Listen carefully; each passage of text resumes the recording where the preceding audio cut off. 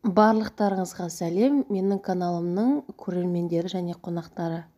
Сіздермен Мадина Нұршаханқызы. Бүгін біз сіздермен банан қабығының пайдасы туралы әңгіме қозғайтын боламыз.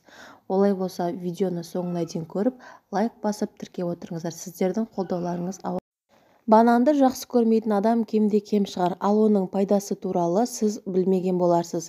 Банан қабығымен тісіңізді сүртетін болсаңыз, тісіңіздің аздаған уақыттан кейін ағарғанын байқайсыз.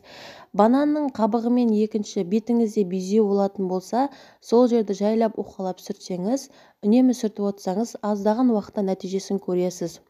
Үшіншіден, банан қабығыменен сіздің қолыңызды немесе аяғыңызды маса бүрге шағатын болса, соның қышуын басады. Ол үшін бананның қабығын жай ғана қойып қойсаңыз, өз нәтижесін беретін болады. Банан қабығы өсімдіктерге таптырмас тыңайтқыш болып табылады.